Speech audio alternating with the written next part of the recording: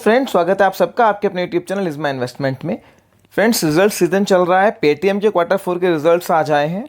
Detail में इस बारे में इस वीडियो में हम बात करने वाले हैं। रिजल्ट्स कैसे हैं, पूरी प्रेजेंटेशन मैंने पढ़ी है, इनकी कुछ इंपॉर्टेंट पॉइंट्स आपके लिए निकाले हैं। फ्रेंड्स, स्टॉक ने बहुत नेगेटिव रिटर्न दिए हैं। आईपीओ से लेके अब तक 70% के आसपास कैपिटल वाइप आउट हो चुकी है, 70-75% के आसपास। तो क्या रिजल्ट्स के बाद जो है गिरावट थमेगी? क्या फ्यूचर आउटलुक कुछ अच्छा हुआ है? डिटेल में इस बारे में इस वीडियो में हम बात करने वाले हैं। 761 करोड़ जो है फिगर आई है लॉस की, सिक्वेंशियल बेसिस पे 780 करोड़ से घट के 761 करोड़ हुआ है। हालांकि जो है वाई ऑन वाई बेसिस पे लॉस जो है 444 करोड़ से बढ़कर यहाँ पर 761 करोड़ आया है। रिवेन्यू में भारी भरकम जंप देखने को मिली है। रिवेन्यू के फ्रंट पे हम बात करें, 815 करोड़ से रिवेन्यू बढ़ के 1541 करोड़ आया है। रिवेन्यू के फ्रंट पे कंपनी ने काफ़ी अच्छा किया है, पर जिस प्रपोर्शन में रिवेन्यू बढ़ता है उस प्रपोर्शन में इनका लॉस बढ़ जाता है। 444 करोड़ का लॉस किया था 800 करोड़ के रिवेन्यू पे, यहाँ पे 1500 करोड़ के रिवेन्यू पे 761 करोड़ का लॉस किया। तो फ्रेंड्स, यहाँ पर जो है लॉस के मामले में लगातार जो है कंपनी की तरफ से बड़ा डिसअपॉइंटमेंट है। कब प्रॉफिट में आएगी कुछ नहीं कह सकते हैं। फ्रेंड्स, कंपनी ने इस बार बोला है कि एमडीआर जो बिज़नेस है इनका, मर्चेंट डिस्काउंट रेट, यानी कि पेटीएम के वॉलेट से जब आप पेमेंट करते हैं, यूपीआई से नहीं वॉलेट पे ऐड करके, तो जो एमडीआर मिलता है वहाँ से इनकम इंक्रीज़ हुई है, जो इटसेल्फ काफ़ी पॉजिटिव है। कोर बिजनेस है कंपनी का। लोन डिसबर्स करते हैं थर्ड पार्टी की तरफ से, जो लोन देते हैं पेटीएम पोस्ट पे है इनका। थर्ड पार्टी की काफ़ी लोन से डिसबर्स करते हैं टाई अप अरेंजमेंट में, वहाँ से अच्छी इनकम हुई है कंपनी की। फुल ईयर बेसिस पर रिवेन्यू 77% बढ़ा है, जो काफ़ी लिटरली बहुत अच्छी ग्रोथ है। 2800 करोड़ से बढ़कर 5000 करोड़ के आसपास जो है रिवेन्यू हुआ है। लॉस भी उसी प्रपोर्शन में बढ़ा है। ये बहुत ज़बरदस्त चीज़ है। जैसे जैसे रिवेन्यू बढ़ता है वैसे वैसे इनका लॉस बढ़ जाता है। 2400 करोड़ के आसपास का फुल ईयर लॉस हुआ है। मैं क्वेरी की रिपोर्ट में पढ़ रहा था लास्ट टाइम, जब 450 रुपये का टारगेट दिया था, तो उन्होंने ये बात लिखी थी कि पेटीएम एक कैश बर्निंग मशीन है, और लिटरली पेटीएम एक कैश बर्निंग मशीन है। कैश इक्विवेलेंट 9200 करोड़ 9300 करोड़ का कैश इनकी बुक्स पर है एज ऑन मार्च 2022। तो भारी भरकम कैश रिच कंपनी है, जो है काफ़ी फंड जो रेस किया था बुक्स पे इनकी अभी भी है। इनऑर्गेनिक ग्रोथ शायद आने वाला टाइम में करें, स्टार्टअप है। फ्रेंड्स, एक अच्छी बात जो इन्होंने बोली है कि जो है ब्रेक इवन कर लेंगे ये सितंबर 2023 के क्वार्टर तक। अच्छी बात है, यानी कि एबिट लेवल पर पॉजिटिव आ जाएंगे, ये भी एक अच्छी बात है। और जो है 3553 करोड़ के आसपास के लोन डिसबर्स किए हैं। वाई ऑन वाई बेसिस पे 417% की ग्रोथ है। ये क्वार्टर ऑन क्वार्टर भी 63% के आसपास बढ़े हैं। फ्रेंड्स, ठीक है, 9200 करोड़ के आसपास का कैश है। कुछ कैलकुलेशन मैं आपको बताता हूँ, बहुत ध्यान से समझिए इस बात को। 576 रुपये के आसपास का सीएमपी है। 37,000 करोड़ की मार्केट कैपिटल है। 9200-9300 करोड़ इनकी बुक्स पे कैश है। चलो 2000 करोड़ का लॉस करेंगे FY23 में मान लें, तो उसमें से भी अगर हम देखें तो 30,000 करोड़ के आसपास भी बिजनेस आपको मिल रहा है। 7,000 करोड़ की इनके पास कैश पड़ा हुआ है। FY22 में 4900 करोड़ का रेवेन्यू किया है। 37,000 करोड़ की मार्केट कैपिटल है।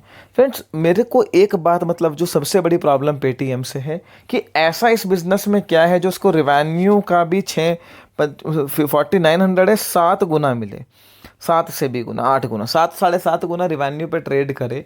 ऐसा इस बिज़नेस में क्या यूनिकनेस है, क्या मोनोपोली है? कुछ भी नहीं है। पेटीएम की सबसे बड़ी प्रॉब्लम ये है कि ये डायरेक्शनलेस कंपनी है। इसी वजह से ब्रोकरेज के डाउनग्रेड्स आ रहे हैं, इन्वेस्टर्स को कॉन्फिडेंस नहीं है, और आईपीओ प्राइस से स्टॉक लगातार गिर रहा है। इनको खुद ही नहीं पता है ये करना क्या चाहते हैं। अभी पीछे जो है पेटीएम मॉल की जिस तरह से वैल्यूएशन इरोड हुई है, वैल्यूएशन इरोजन हुआ है, वो स्टार्टअप की दुनिया का एक सच भी है, एक तरीके से कह सकते हैं। कोई ऐसा बिजनेस है जहाँ मोनोपोली डिओपोलो टाइप का बिजनेस है, और चलो लॉसेस भी कर रहे हैं, पर आने वाले टाइम में ग्रोथ एंटिसिपेटेड है। हाथी बन सकते हैं उस फील्ड की, बड़ी मछली बन सकते हैं, तो चीज़ समझ में भी आती है बात। अब थर्ड पार्टी के लोन्स को डिसबर्स करना, ये शायद पता नहीं कितनी ऐप कर रही होंगी, कितने इनके कॉम्पिटिटर हैं। फ़ोन पे हो गया, और मोबीक्विक में भी शायद इस तरह की फैसिलिटीज़ हैं। इसके अलावा पैसा बाज़ार टाइप के लोग इस तरह के काम करते हैं। जो भी ये काम कर रहे हैं बिल पेमेंट को लेके, wallet services, payment services, UPI से पेमेंट, वो सारे उसमें फील्ड में कंपनीज भरी पड़ी हैं। तो ऐसा क्या यूनिक है कि इनको मैं रेवेन्यू के 7 गुने पे मैं पेटीएम खरीदूं, जो 1.5 रुपये 2 रुपये खर्च करके 1 रुपये का प्रॉफिट कमा रही है। तो कुछ भी ऐसा नहीं है। चलो 2 4 5 क्वार्टर में एबिट लेवल पे ब्रेक इवन कर भी लिया, कुछ थोड़ी बहुत प्रॉफिटेबिलिटी आ भी गई। पेटीएम पे तो ग्रोथ कंसर्न्स भी आने वाले टाइम में। मार्केटिंग के बेसिस पे खाली कैश बर्न करके आप कब तक ग्रोथ कर लोगे? जहां आप जो है मार्केटिंग को और कैशबैक को कम करोगे, तो कस्टमर एक्विजिशन आपका कम हो जाएगा, जो है आपका कस्टमर रिपीट रेट कम हो जाएगा वहाँ पे। तो जो कस्टमर एक्विजिशन कॉस्ट है इनकी, वो आने वाले टाइम में भी रहेगी, क्योंकि ये फील्ड बहुत कॉम्पिटिटिव है, फ्रेगमेंटेड हो चुका है सेक्टर। तो ऐसा ऐसा बिजनेस में कुछ भी नहीं है कि 5 6 गुने पे खरीदा जाए। अब फिगर्स दिखाने को कि ग्रॉस मर्चेंटाइज वैल्यू इतनी हो गई। विजय शेखर शर्मा का तो मैंने कई इंटरव्यूज और स्टेटमेंट पढ़ी है, उनका माइंडसेट क्या है मेरे को समझना बहुत मुश्किल है। वो तो कहते हैं कि पेटीएम का कंपैरिजन बजाज फाइनेंस से करो, जबकि दोनों के बिजनेस मॉडल में ही कोई कंपैरिजन नहीं है।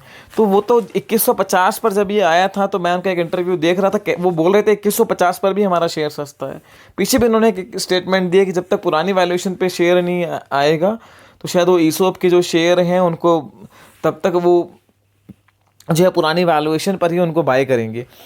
तो बहुत बहुत सारी ऐसी चीज़ें हैं जो वो बोलते हैं, उनकी अपनी समझ है, अच्छी बात है, कॉन्फिडेंस होना भी अच्छी बात है। तो यहाँ पर फ्रेंड्स बिजनेस मॉडल को लेके बड़े जो हैं कन्फ्यूजन्स हैं, अनसर्टेनिटी है, ग्रोथ कंसर्न्स है। आप जो है एक अच्छी ग्रोथ दिखा रहे हो वाई ऑन वाई बेसिस पे, 80% रेवेन्यू बढ़ाना कोई आसान काम नहीं है, पर कब तक आप कैश बर्न करके जो है लॉस की कॉस्ट पे कब तक रेवेन्यू बढ़ाओगे?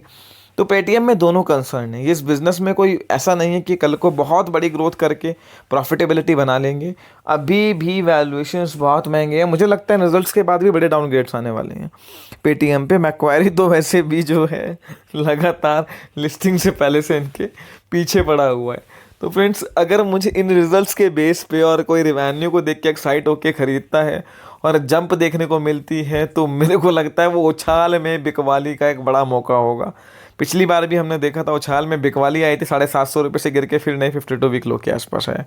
तो फ्रेंड्स, अगर यहाँ पर इन रिजल्ट्स के बेसिस पे मुझे नहीं लगता कोई बहुत पॉजिटिव इम्पैक्ट आना चाहिए, पर वही है, पिटे हुए स्टॉक्स में, वॉलेटाइल स्टॉक में जंप कभी भी देखने को मिल जाता है, तो वो एक निकलने का मौका होना चाहिए।